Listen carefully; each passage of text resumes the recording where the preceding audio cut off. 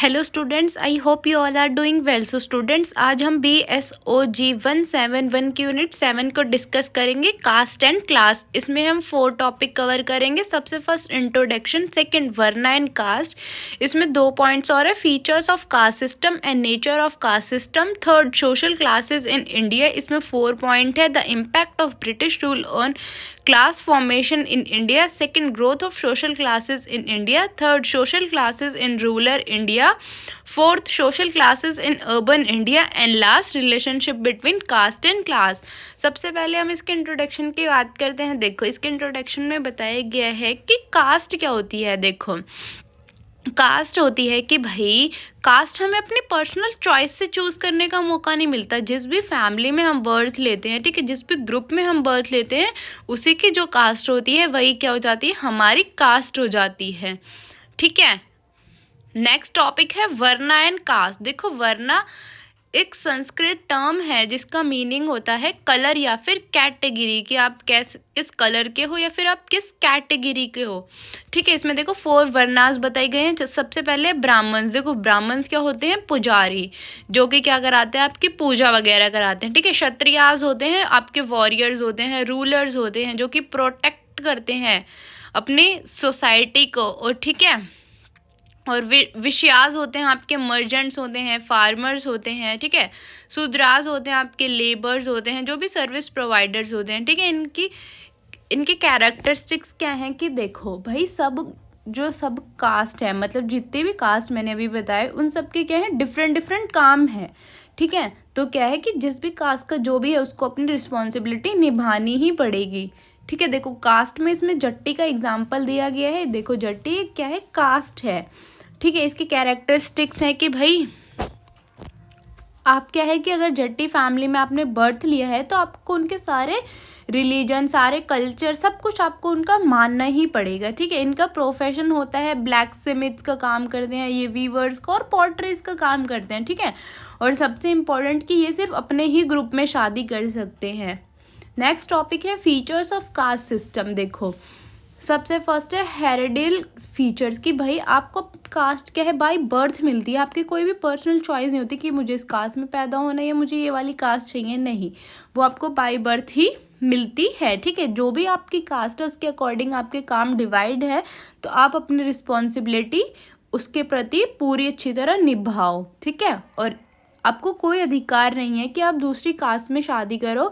आपको क्या है कि सेम कास्ट में ही शादी करनी पड़ेगी। ऐसा पहले का टाइम था। ठीक है, अब के टाइम में ऐसा कुछ भी नहीं है, आप फ्री हो, आप किसी भी कास्ट के, किसी भी रिलीजन, किसी के भी साथ शादी कर सकते हो। ठीक है, रिचुअल प्योरिटी एंड पॉल्यूशन, की भाई जो ब्राह्मण्स हैं, ठीक है, उनके डिफरेंट काम्स हैं, जो दलित है उनके क्या है, डिफरेंट काम्स है। तो सबके काम हमने क्या कर दिए गए हैं, डिवाइड कर दिए गए हैं। ठीक है, मतलब देखो, लोअर कास्ट को क्या है, अलाउ नहीं है अपर कास्ट से बात करनी, और अपर कास्ट क्या है कि वो लोअर कास्ट से बात करके खुश ही नहीं है।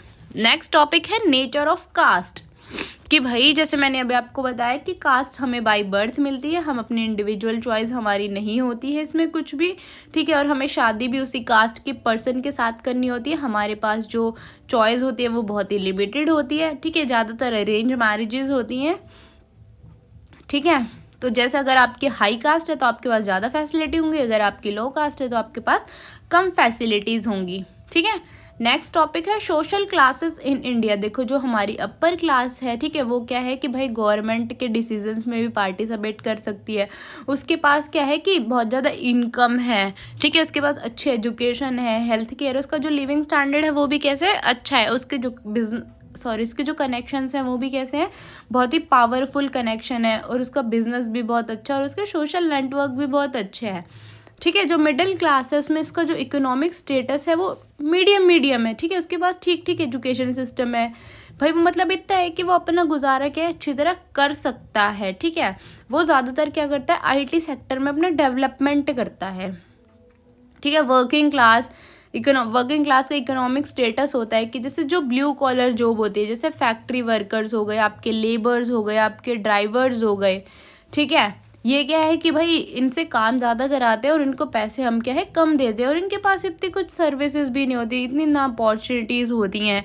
ठीक है ना, इनके पास अच्छा एजुकेशन सिस्टम होता है। द रूरल क्लास, इनका इकोनॉमिक सिस्टम, जैसे जो आपके फार्मर्स हो गए, एग्रीकल्चर वर्कर्स हो गए, ठीक है, जो भी रूरल बेस्ड इंडस्ट्री में ज़्यादा से ज़्यादा इन्वॉल्व है, ठीक है, इनकी भी इकोनॉमिक्स कंडीशन क्या है, ओके ओके होती है, मतलब लो इनकम होती है, इनके पास ज़्यादा रिसोर्सेज भी नहीं होते हैं यूज़ करने के लिए, ठीक है।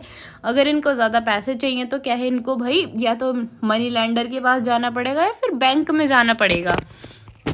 हमारी सबसे लास्ट जो लोअर क्लास होती है, मार्जिनलाइज्ड ग्रुप, जैसे आपके दलित्स हैं, ट्राइबल ग्रुप्स हैं, वो क्या होते हैं, बिलो पॉवर्टी लाइन होते हैं, उनके पास तो भाई एक्सेस ही नहीं होता एजुकेशन का, ठीक है, उनको तो ये नहीं पता एजुकेशन क्या होती है। जो उनके मम्मी पापा काम करते हैं वही क्या है, बच्चे भी वही फॉलो करते हैं, फिर उनके बच्चे होते हैं तो उनके बच्चे भी वही फॉलो कर रहे होते हैं, ठीक है। ना उनके पास हेल्थ केयर होती, ना उनके पास इकोनॉमिक अपॉर्चुनिटी होती, ठीक है, वो सिर्फ डोमेस्टिक कामों में लगे रहते हैं, ठीक है, लेबर के काम हो गए, जैसे आपको एग्रीकल्चर करते हो जब, तो आपको क्या है, लेबर्स की ज़रूरत पड़ती है, तो वहाँ से हम क्या है, जो लो कास्ट के पीपल होते हैं उनसे हम ज़्यादा काम कराते हैं।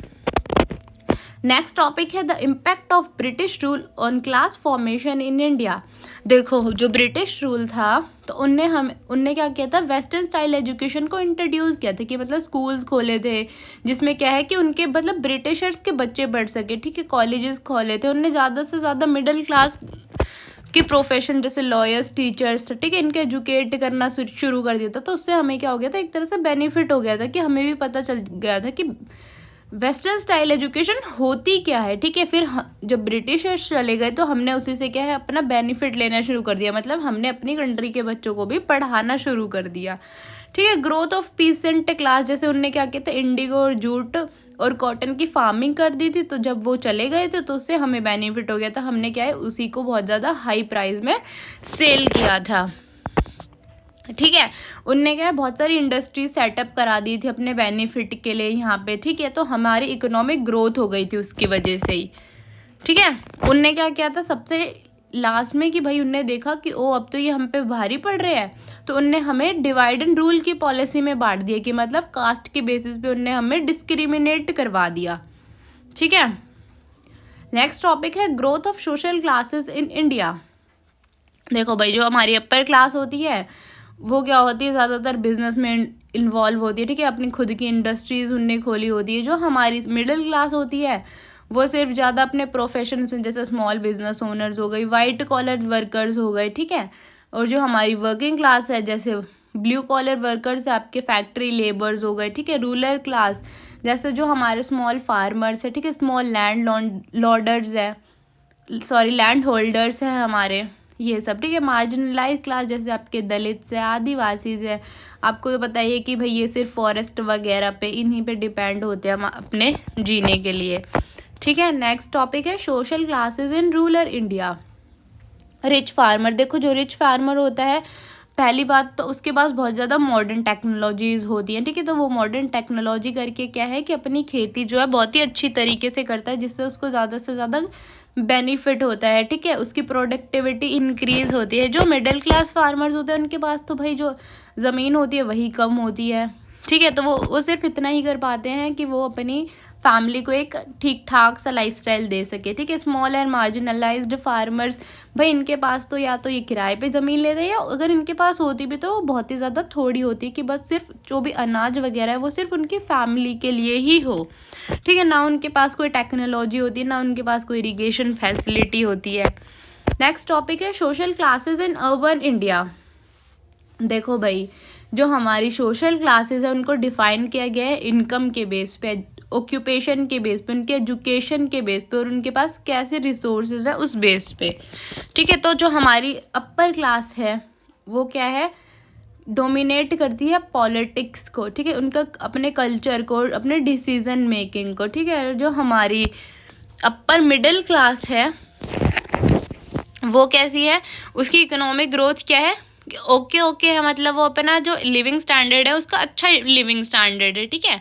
जो हमारी मिडिल क्लास है वो क्या है, बैकबोन है अर्बन इकोनॉमिक की, ठीक है, क्योंकि वो क्या करती है, गुड्स एंड सर्विसेज का सप्लाई करती है। और जो हमारी लोअर मिडिल क्लास है उसके पास क्या है कि लिमिटेड एक्सेस है क्वालिटी एजुकेशन को लेके और हेल्थ केयर को लेके, ठीक है, उनको बहुत सारे चैलेंजेस भी फेस करने पड़ते हैं इस वजह से, ठीक है। नेक्स्ट टॉपिक है relationship between caste and class. देखो भाई, overlap between caste and economic class.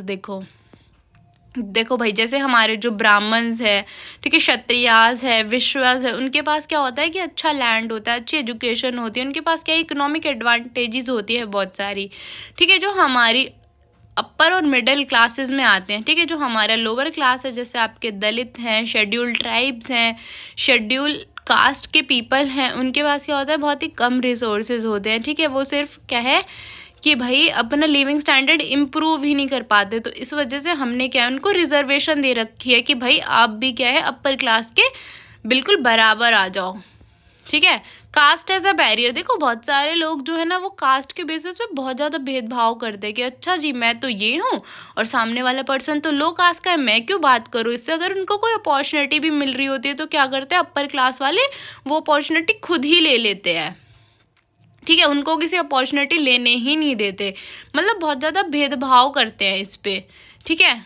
In urban areas economic factors, income, education and occupation increasingly determine class. देखो इकोनॉमिक देखो अर्बन एरियाज में जो इकोनॉमिक फैक्टर होते हैं, जैसे इनकम, एजुकेशन, उसके बेसिस पे क्या है कि हम उसके क्लास को डिटरमाइन करते हैं, ठीक है। हमें अर्बन एरियाज में किसी के भी कास्ट से कोई मतलब नहीं होता, ठीक है। ये तो बस एक भाई देखो बना दी गई है कि आप इस कास्ट से हो, आप उस कास्ट से हो, बाकी सब लोग क्या है, इक्वल है। हमारा जो कॉन्स्टिट्यूशन है वही जब ये बोल रहा है कि हम सबको इक्वली ट्रीट करेंगे, तो हम कौन होते हैं भेदभाव करने वाले, है ना। तो हमें क्या है कि भाई इक्वल ट्रीट करना है सबको, जिसको जो अपॉर्चुनिटी मिल रही है उसको मिलने दो, लेने दो, वो उसकी किस्मत है, ठीक है।